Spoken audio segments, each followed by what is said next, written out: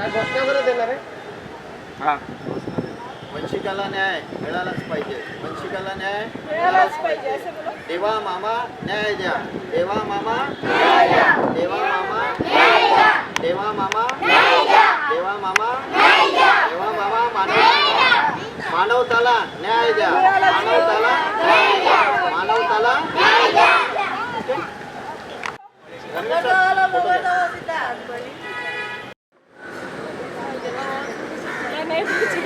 मामा तिचा मामा आपलाच मामा. ताई, आज तुम्ही ते उपोषणला बसल्या त्या मानवतानी देवा मामा मला न्याय द्या पोस्टर घेऊन बसलेली आहे. काय प्रमुख मागणी आहे तुमची? नमस्ते. आज आझाद मैदान मुंबई येथे आम्ही मानवता उर्फ वंशिका डोंगरे हिला न्याय मिळण्यासाठी उपोषण आजपासून सुरू केलेलं आहे. ही नागपूरला असते आणि मतिमंद मुलगी आहे जी स्वतः कुठलंही काम करू शकत नाही. तिच्या आईवरती सगळं डिपेंड असते आणि तिच्या वडिलांची जी प्रॉपर्टी होती जी तिच्या आजोबांच्या वंशपरंपरागत तिला मिळायला पाहिजे होती ती अजूनपर्यंत तिला मिळाली नाही. तिच्या संकेत डोंगरे जे तिचे चुलत भाऊ आहेत त्यांनी परस्पर ती हस्तांतरित करून घेतली आणि तिचं नाव तिच्या वडिलांचं नाव त्या सगळ्या प्रॉपर्टीमधून काढून टाकलं.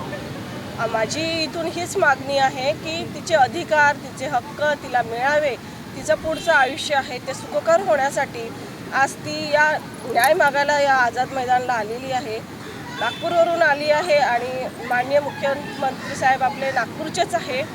तर त्यांनी हा विषय एक जिव्हाळ्याचा घेऊन तिला कशा पद्धतीने लवकरात लवकर न्याय मिळवून देता येईल हा त्यांनी विचार करावा.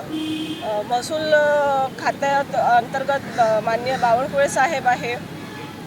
त्यांनीसुद्धा आम्ही पत्रव्यवहार ॲक्च्युअल सगळ्यांकडे केलेले आहेत परंतु अजूनही कुठलाही त्यावरती प्रत्युत्तर आम्हाला मिळाले नाही आहे. आज मी इथून विनंती करते की जेवढ्या लवकर होईल तेवढ्या लवकरात लवकर या मानवताला न्याय देण्यात यावा. जोपर्यंत न्याय मिळणार नाही किंवा कुठलेही पुढचे कारवाई होणार नाही तोपर्यंत हे उपोषण इथून असंच सुरू राहील की मी आज इथे सांगते. मी अनिता योगेंद्र कोलते जी आज मुंबईमध्ये शाळाबाह्य विद्यार्थ्यांसाठी रस्त्यावरती वस्तू विकणारे भीक मागणारे अशा मुलांसाठी मी ओपन एज्युकेशन या प्रोजेक्टमधून काम करते आणि अशातच माझंच इथे उपोषण चालू असताना नागपूरला उपोषण झालं. त्या अंतर्गतमध्ये हा विषय माझ्यापर्यंत आला आणि हा विषय आम्ही पडताळून बघितला की याच्यात किती सत्यता आहे काय आहे हे सगळं बघून आम्ही आज या विषयामध्ये हात घालत. एक सामाजिक कार्यकर्ते म्हणून मी माननीय मुख्यमंत्री साहेबांना विनंती करते की लवकरात लवकर या मुलीला न्याय देण्यात यावा. कारण ती तुमची लाडकी भाची आहे. लाडक्या बहिणींची जर मुलगी आहे तर तुमची लाडकी भाची आहे आणि तिने माननीय मुख्यमंत्री साहेबांचा फोटो हातामध्ये घेतला की देवा मामा मला न्याय द्यावा. आता खरंच देवा मामा कितीपर्यंत न्याय देऊ शकतात हे आज आम्ही इथून बघणार आहोत आणि मी इथून आपल्या जनतेला पण विनंती करते की आपण सर्वांनी यामध्ये सहभाग घ्यावा आणि तिला न्याय कसा मिळवून देता येईल तो आपण प्रयत्न करूया. धन्यवाद. देवा भाऊ नागपूरचे आहेत आणि नागपूरचे डोंगरे पण आहेत. बरोबर. इथपर्यंत यायला लागला म्हणजे काय नागपूरला जाऊ शकले असते नागपूरला काय न्याय भेटला नसता? नाही यांनी जसं यांना माहिती पडलं की यांचे नावं सगळे सातबारावरून काढलेले आहेत त्यानुसार त्यांनी प्रत्येक ठिकाणी चौकशी केली गेले पत्रव्यवहार केले परंतु त्यांना कुठलीही दाद कुठल्याही कार्यालयामध्ये मिळाली नाही. तहसील कार्यालय असेल मंडल अधिकारी असेल कुठेही यांना दाद मिळाली नाही आहे. कारण कुठेतरी मॅनेज केलेलं असं आम्हाला आढळून आलं किंवा कारण की सातबारा जर बघितलं तर सातबाऱ्यावर फक्त ते एकाच व्यक्तीचं नाव दिसलं आहे. तर मग हिच्या आजोबांचे जर 4 मुलं आहेत तर 4 मुलांपैकी मग बाकीचे मुलं गेले कुठे? एकच संख्येत नक्कीच जे ज्या म्हणजे जिल्हा पातळीवरून जिथे जिथे हे भ्रष्टपणा झालेले आहे त्या अधिकाऱ्यांवर कारवाई होणे गरजेचं आहे. जर सातबाऱ्यावर कोणी हाताने सातबारा तयार करू शकत नाही हा कार्यालयामधूनच निघत असतो आणि एकाच व्यक्तीचं जर नाव तिथे येतं तर नक्कीच तिथे कुठेतरी गोडबंगाल झालेला आहे कुठेतरी मॅनेज झालं हे सगळं लक्षात येतं. आणि यांनी जर दाद मागितली तर त्यांना धमक्यासुद्धा दिलेल्या जात आहेत की तुम्ही जर काही केलं तर आम्ही म्हणजे तुमचं वाईट करू किंवा जे असेल ते जीवे मारण्याची धमकी वगैरे ते हे खरं तर चुकीचं आहे. एक मतिमंद मुलगी, तिला तिचा न्याय द्यायला हरकतच काय आहे? प्रॉपर्टीवरचा एवढा लोभ करून जर एखाद्या मुलीवर तुम्ही अन्याय करताय तर चुकीचं आहे.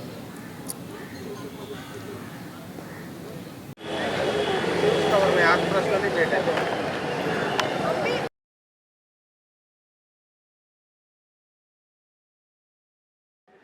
कैसे क्या बोल रहे भाई?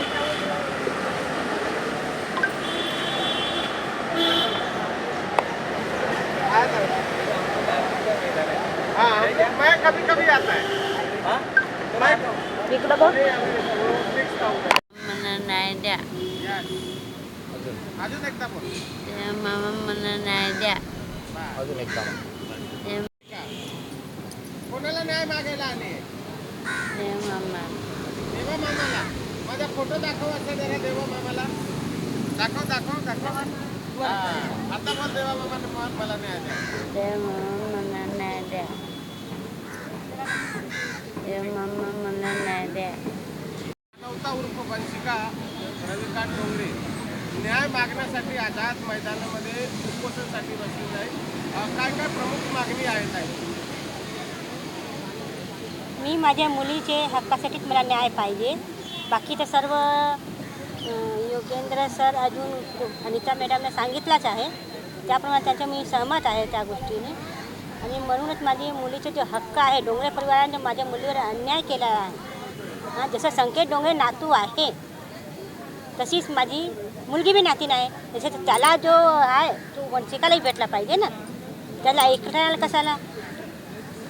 म्हणून मी त्या न्यायासाठी मी विनंती करते. आता ताईने सांगितलं की तुम्हाला धमक्या पण येतात. कोण धमकी देतो तुम्हाला? चॅनल तर्फे सर्व बघताय, तुम्ही काय सांगणार आहे? कोण कोण तुम्हाला धमकी देतो सांगा तुम्ही दिला. धमकी असं आहे की माझी मुलीच्या प्रॉपर्टीमध्ये त्यांना काही द्यायचं नाही आहे, म्हणून ते त्याचं म्हणून आले. कोण धमकी देते ताई? जनतेला माहिती पाहिजे ना की तुम्हाला धमकी कोण देते. हे संकेत डोंगरे आहे, तो असं म्हणा हेच नाही आहे की मला माझी मुलीला म्हणतो की मला हे डोंगरे कोण आहे? संकेत डोंगरे वंशिकाचे मोठे वडिलांचा मुलगा. अच्छा, मग ते सांगा ना की ते आम्हाला धमकी देतात. हां, तर ते आम्हाला धमकी देतात की तुम्ही तुमच्या मुलीला काही भेटणार नाही असे म्हणून आले. ते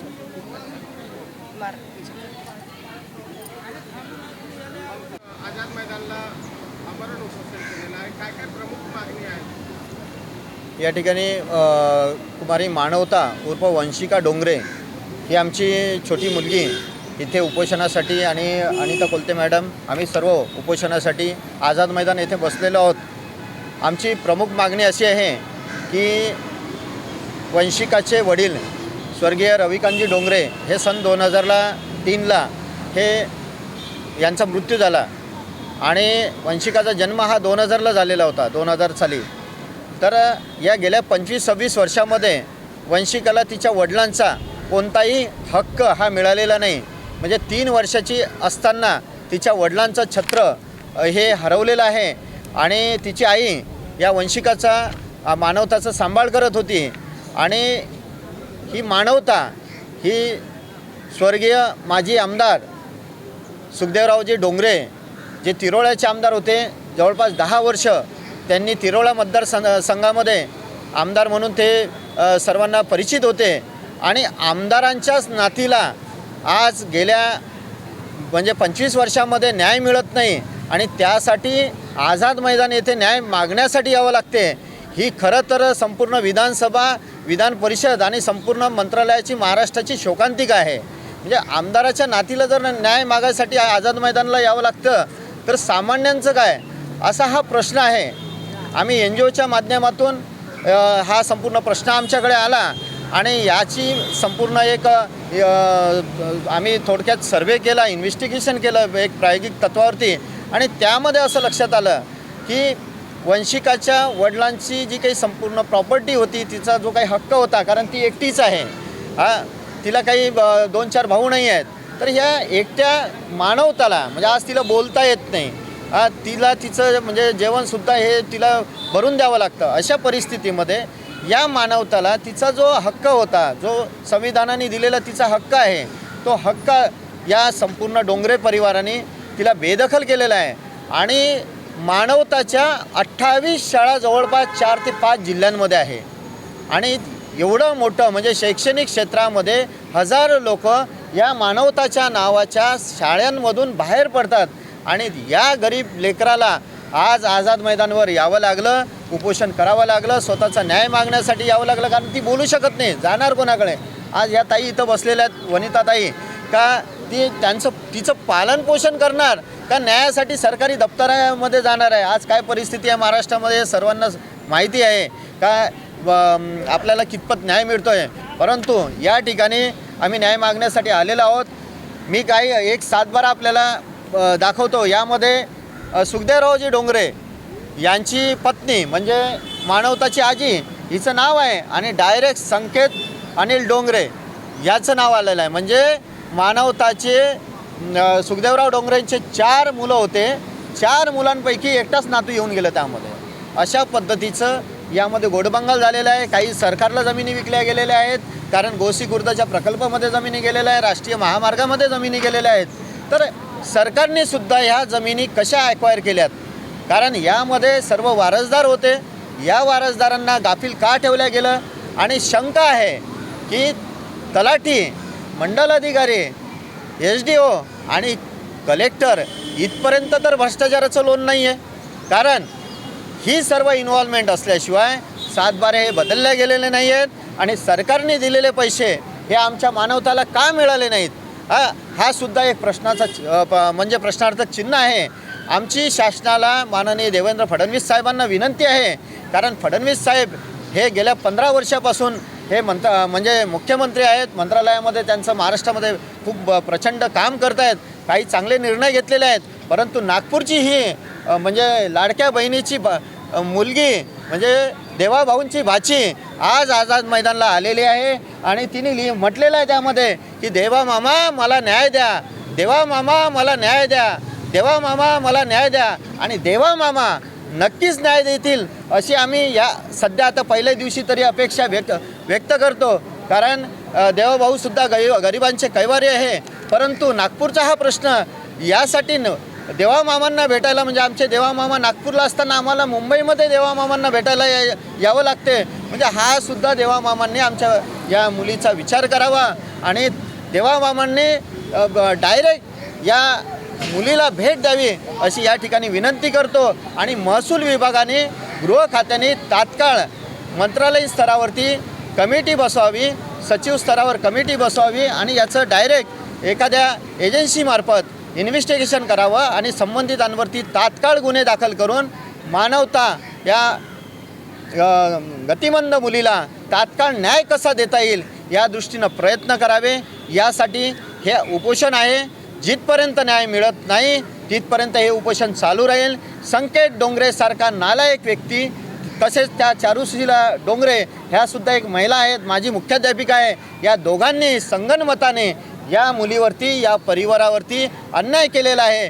प्रॉपर्टीच्या हव्यासाखातर अनेक वेळा अन्याय, अत्याचार, आर्थिक शोषण केलेलं आहे. त्यामुळे यांच्या परिवाराचं संरक्षणसुद्धा हे माननीय मुख्यमंत्र्यांनी द्यावं आणि त्यांच्या घरी त्यांच्यासोबत फुल टाईम हा पोलीस ताफा देण्यात यावा. कारण एका महिलेला आणि देवाभाऊंच्या भाचीला प्रोटेक्शन देण्याची जबाबदारी ही सरकारची राहणार आहे.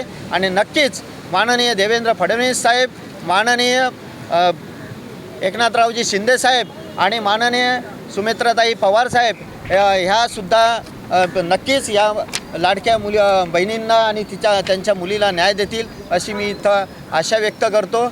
आणि हे उपोषण जिथपर्यंत न्याय मिळत नाही तिथपर्यंत असंच चालू राहील.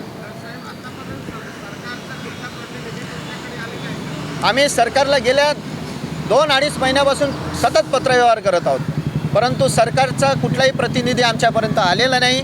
मंत्रालयाने सुद्धा या प्रकरणाची काय दखल घेतली या संदर्भामध्ये आम्हाला काही कळवलेलं नाही आहे. आणि तसंच आमच्या या मानवताला या संदर्भामध्ये कोणत्याही सरकारी दप्तरामधून अजून सध्या तरी कॉल आलेला नाही आहे.